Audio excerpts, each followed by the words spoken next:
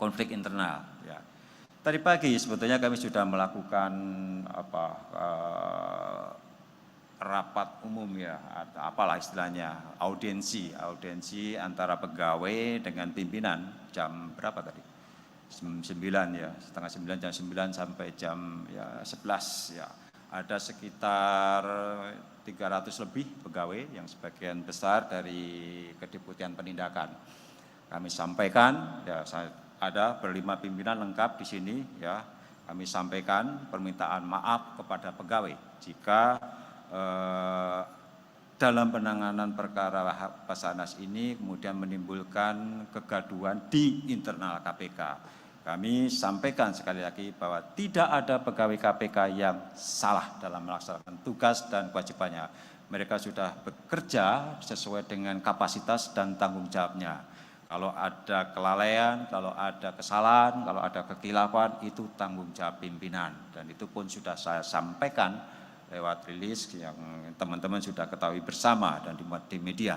Nah, tadi juga banyak masukan dari teman-teman atau dari pegawai, baik di penindakan atau di kedeputian yang lain menyangkut langkah KPK ke depan, sinergitas antara pimpinan dan pegawai saling terbuka ya.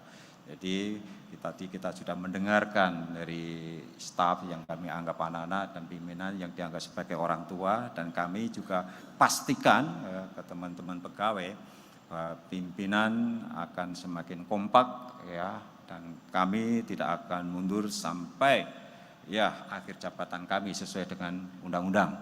Itu yang beberapa hal yang kami tekankan kepada teman-teman pegawai. Sekali lagi, kalau ada pimpinan yang minggu lalu itu juga sangat melukai hati pegawai ya, mungkin ada yang patah arang dan sebagainya, tadi saya pikir sudah menjadi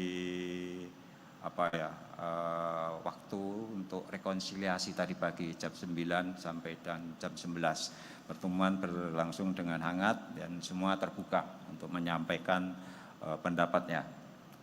Kemudian terkait karangan bunga, ya saya berterima kasih mendapat dukungan ya, karena ucapannya kan selamat atas keberhasilan Bapak Alexander Marwata memasuki pekarangan tetangga. Nah, itu kan dukungan kan, selamat kok, tujuannya kan selamat, itu kan dukungan buat upaya-upaya ya pimpinan yang kebetulan ditujukan saya mewakili pimpinan karena saya kan nggak bicara sendiri, ini kolegial ya.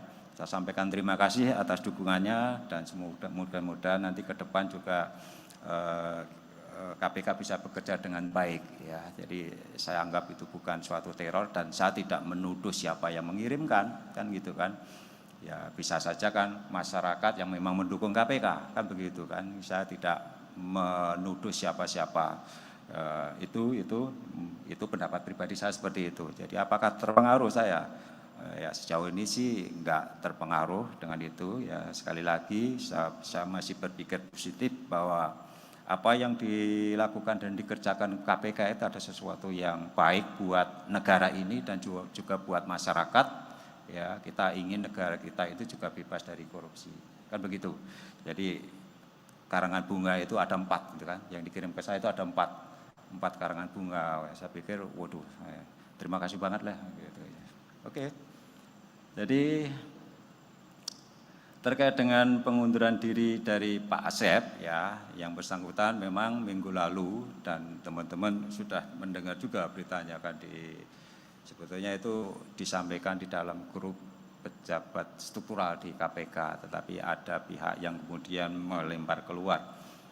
Yang bersangkutan gentleman, bahwa apa yang dia sampaikan itu harus dipenuhi. Ya. Jadi yang bersangkutan akan menulis surat pengunduran diri, ya karena sudah diketahui oleh semua orang. Ya, bukan semua orang, ya sudah menyebarlah berita terkait pengajuan pengunduran diri yang bersangkutan. Silakan, ya tadi juga kita sampaikan. Silakan mengajukan surat pengunduran diri, tetapi kan hak kami ya pimpinan untuk menerima atau menolak kan begitu. Ya, siapa saja boleh mengajukan pengunduran diri, tetapi tentu nanti keputusan akhir ada di pimpinan. Tentu kami juga akan melakukan koordinasi dengan pihak Polri kan begitu. Ya, jadi itu belum ada keputusan sampai dengan saat ini yang bersangkutan juga masih menjadi PLT dan Direktur Penyidikan, kan begitu. Kenapa hari ini nggak ada di sini?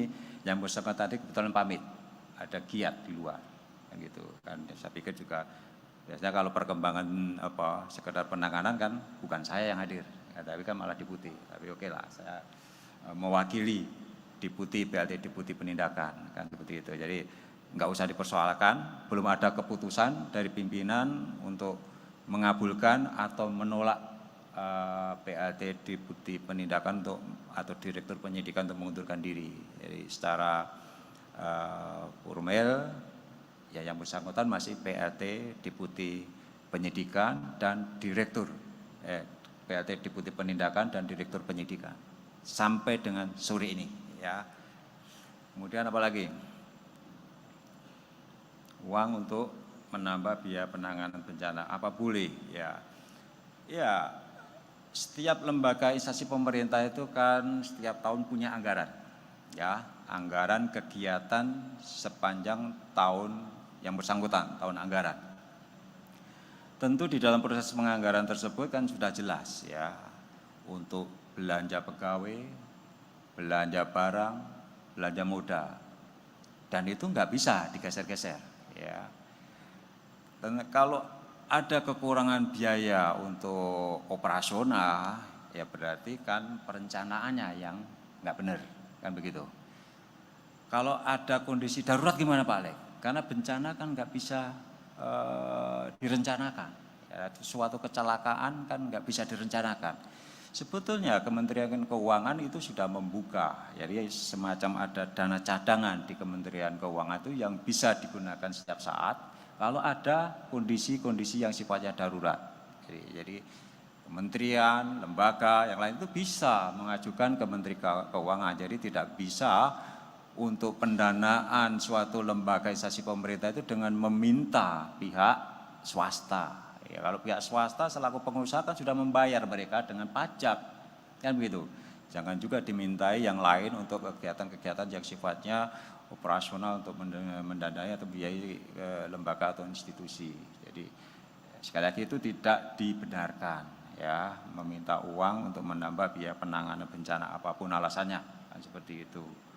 Kemudian apakah ada pejabat yang lain yang menerima? Tentu nanti akan dilihat di dalam proses penyidikan. Bukti keterlibatan Kabasarnas apa?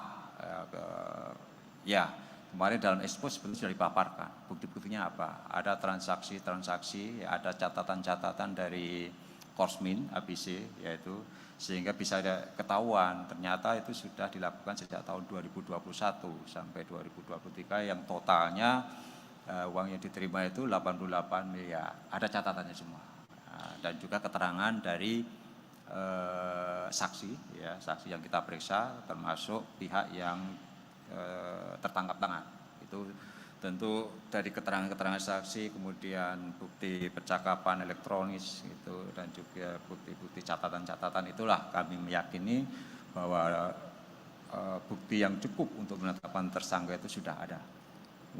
Halo, selamat berjumpa dengan saya Anika, pembaca berita podcastnews.id. Saksikan terus konten-konten menarik dari kami. Jangan lupa subscribe, like, dan komen. Terima kasih.